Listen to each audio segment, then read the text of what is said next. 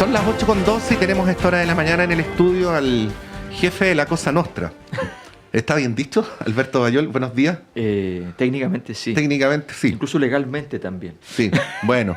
El director de la Cosa Nostra, Alberto, bienvenido. Muchas gracias por estar acá. ¿Cómo estás, Patricio? Un gusto saludarte. Bien, bien, súper bien. Oye, Alberto, ¿qué tan consistente es en términos sociológicos y habiendo hecho las mediciones desde hace un tiempo esta parte, lo que algunos llaman la inevitabilidad, no lo dije bien, pero se entendió, del triunfo de la derecha en la elección presidencial? A ver, las variables estructurales, esas variables que sí. están detrás de los votos, ¿ya? Sí, esas variables que uno, después de medir muchos años, sabes que se mueven hacia ciertas direcciones cuando va a ganar la izquierda y que se mueven en otra dirección cuando va a ganar la derecha, y que son resistentes a los problemas que puedan enfrentar para el sector que está dominante.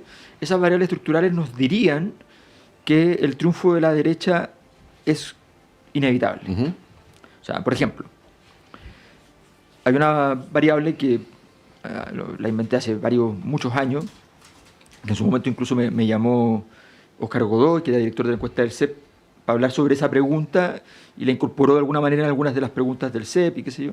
Y esa pregunta es una pregunta que habla sobre el tema de la lucha de clases. Entonces básicamente dice, ¿la riqueza proviene del mérito o la riqueza proviene del abuso? La gran riqueza, ¿no? Entonces, ese puntaje ha variado mucho, depende de la época. En los momentos, por ejemplo, para la época del estallido, el 62% consideraba que provenía del abuso. Desde el 2011 hasta el estallido, siempre estuvo en más del 55% la idea de abuso.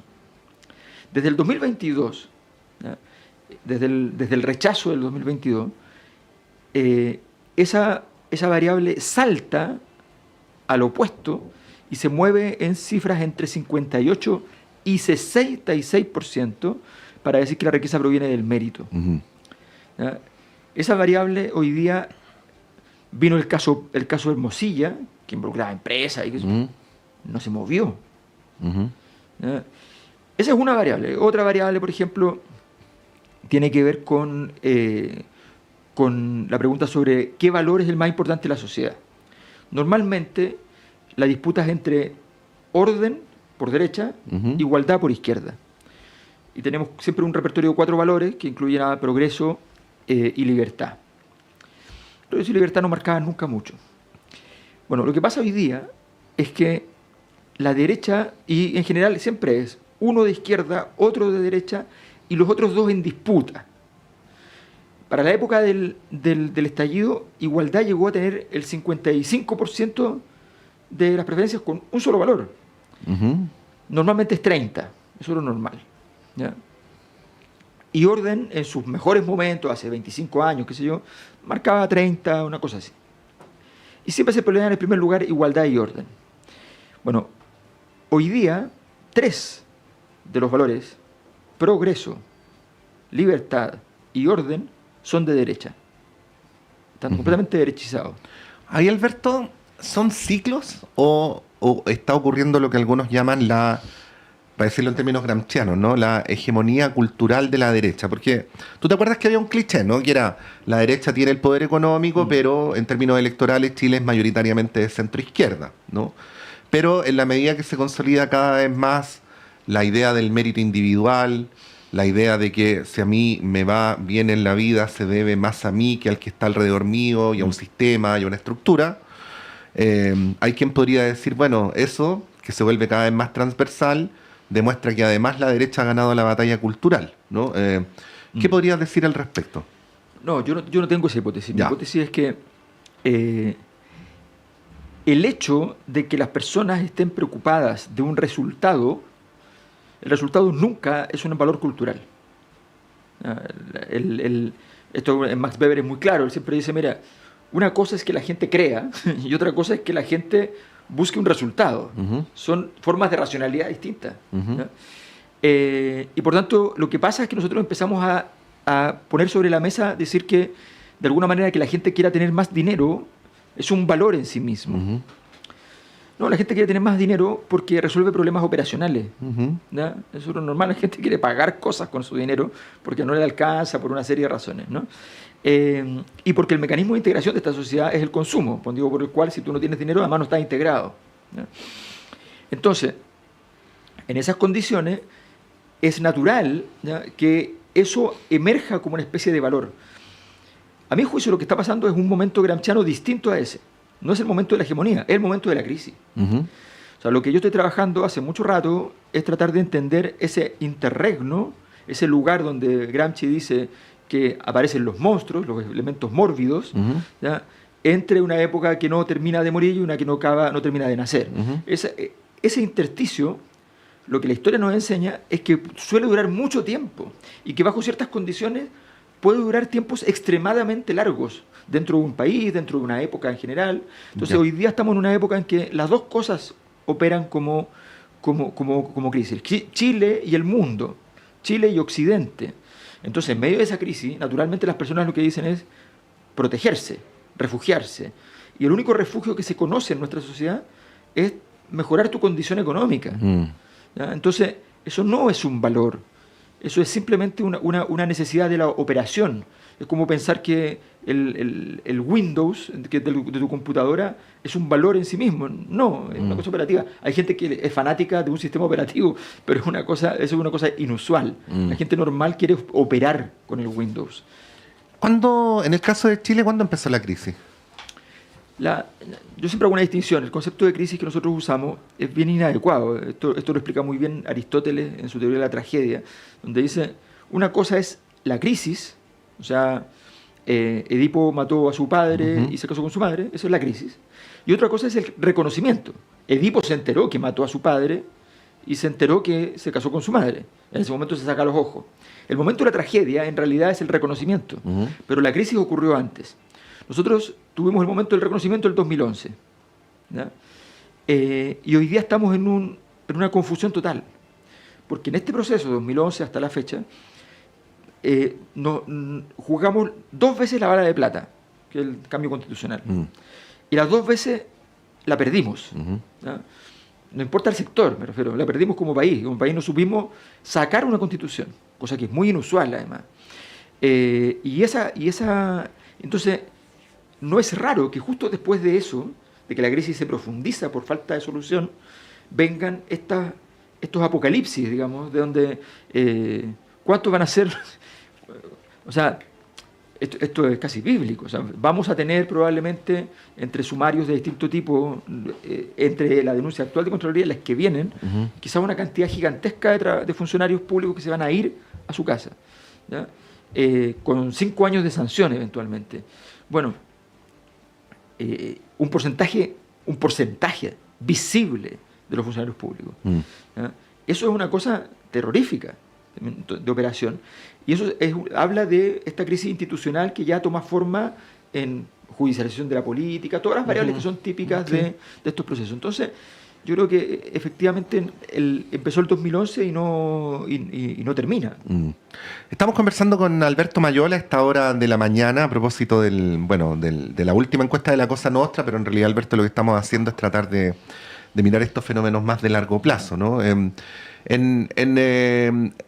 los análisis que tú has hecho históricamente de tu encuesta, señalas algo que no se dice, pero que si uno lo piensa es de bastante sentido común, y es que las culturas políticas no se extinguen, ¿no? De un día para otro, independientemente de que el resultado del candidato literalmente no necesariamente corresponda, y estoy hablando ya más directamente de la concertación, ¿no? Tú siempre has señalado que la cultura política concertacionista, o lo que uno puede llamar el pueblo concertacionista, no se puede haber esfumado en el aire, ¿no?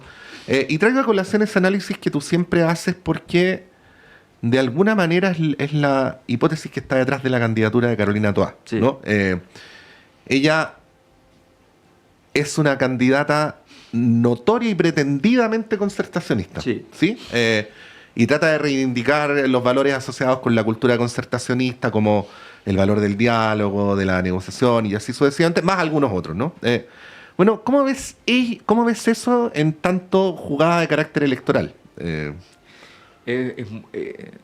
Está muy mal investigado lo que se hizo ahí. O sea, el problema de no saber de qué estás haciendo con lo que estás haciendo, que pasa mucho en política porque se investiga poco. O sea, todos prefieren gastar 5.000 pesos en una paloma en la calle o en redes sociales que gastar 5.000 pesos en saber algo, ¿no? Entonces, pasan este tipo de cosas. Para decirlo en simple, yo he hecho una clasificación de una tipología de clasificación de votantes en 6 grupos. Todo derivado no de nada conceptual que yo haya inventado, sino que derivado de observaciones previas, o sea, de base empírica. El grupo concertacionista es un 8 o un 10% del total.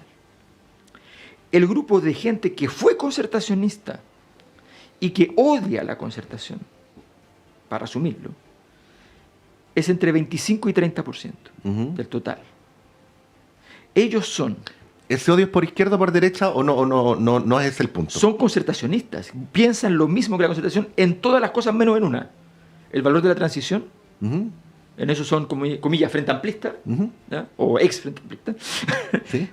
Y lo segundo es, le molestan las élites concertacionistas. Son personas que son muy refractarias y se molestan mucho con los casos de corrupción. Son personas que consideran que ese centro político tiene una tradición donde había una cierta idea que no se está cumpliendo, que no se cumplió, ¿no? Desde el Mobgate, qué sé yo. Ese grupo es el que está definiendo todas las elecciones en Chile. Han votado o sea, en meses de diferencia por Boric y por Kast en el Consejo Constitucional. Han votado por Piñera, han votado por Bachelet. Esas personas se podrían interpretar como personas más bien apolíticas, pero tú los analizas en variables que no son políticas y son muy consistentes en su posicionamiento idéntico al grupo concertacionista. Idéntico. Algunas veces un pelito hacia la derecha, otro un pelito hacia la izquierda, pero son idénticos. Entonces, allí están los votos que están en disputa. Lo que va a definir esta elección, como cualquiera de otras elecciones anteriores, es ese grupo, que es entre 25 y 30%. Yo digo, lo que ha pasado en Chile, y que yo creo que está pasando en todo el mundo, pero no tengo los datos en todo el mundo, es que a cada sector político le creció una versión desinstitucionalizada, molesta con la institucionalidad, disruptiva, enojada. Ese grupo yo lo llamo el espejo roto de cada sector. El espejo roto de la derecha tiene al menos una cosa clara: odia a la izquierda. Entonces, eso lo ordena dentro de todo, le da una base. Al espejo roto de la izquierda tiene una cosa clara: odia a la ultraderecha y se potencian entre sí. Y por tanto, esos espejos rotos se notan menos, ¿no? Pero estos que están en el centro no saben para dónde mirar. No saben para dónde mirar porque sienten que miran para un lado y es completamente incómodo, y miran para el otro y es completamente incómodo. Ese grupo, que tiene que ver más con un trabajo que yo he hecho sobre malestar social, que básicamente cada vez me convenzo más de que el fenómeno del malestar social afecta mucho la cognición, el proceso de aprendizaje de la sociedad y las personas respecto a su entorno. Este grupo no sabe qué pensar. Carolina Toal está diciendo: mire, venga en recuerdo de esto que odia, pero que es su casa, efectivamente es su casa, pero la odia.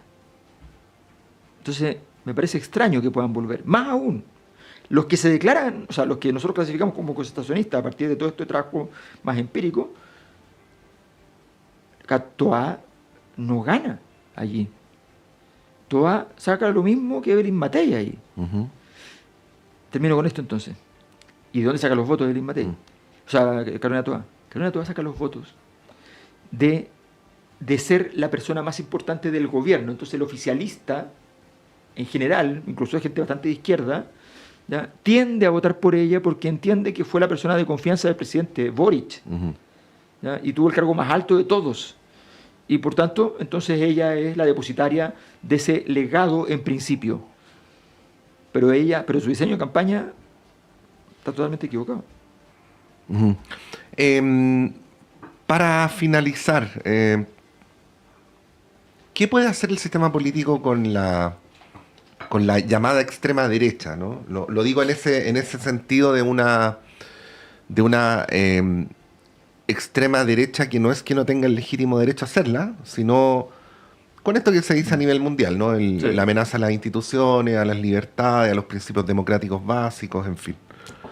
A ver, lo primero, fíjate que yo he estado trabajando dentro de este análisis general, estoy escribiendo un libro sobre este tema, y lo de la ultraderecha es bien interesante porque en rigor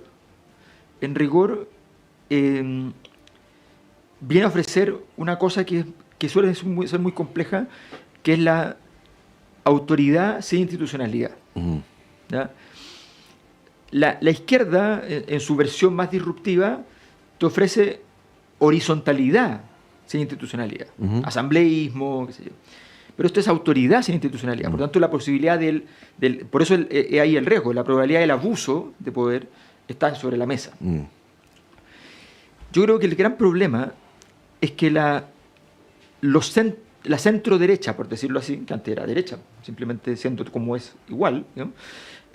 La derecha institucional, digamos, no centro-derecha, la derecha institucionalista, ¿ya?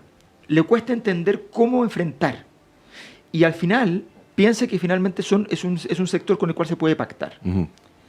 Y no es verdad, porque son pactos que están basados en la idea de yo negocio contigo sin nada que perder. Yo desde la ultraderecha negocio contigo y no tengo nada que perder. Entonces tengo un poder ilimitado de negociación. ¿Ya? Y además no te quiero tus cargos, no quiero nada. Lo que yo quiero es comerte. Tu negociación es para comerte. Entonces tú vas a negociar y asumes que con tal de gobernar, ¿ya?, vas a ser carcomido. Bueno, eso no termina bien.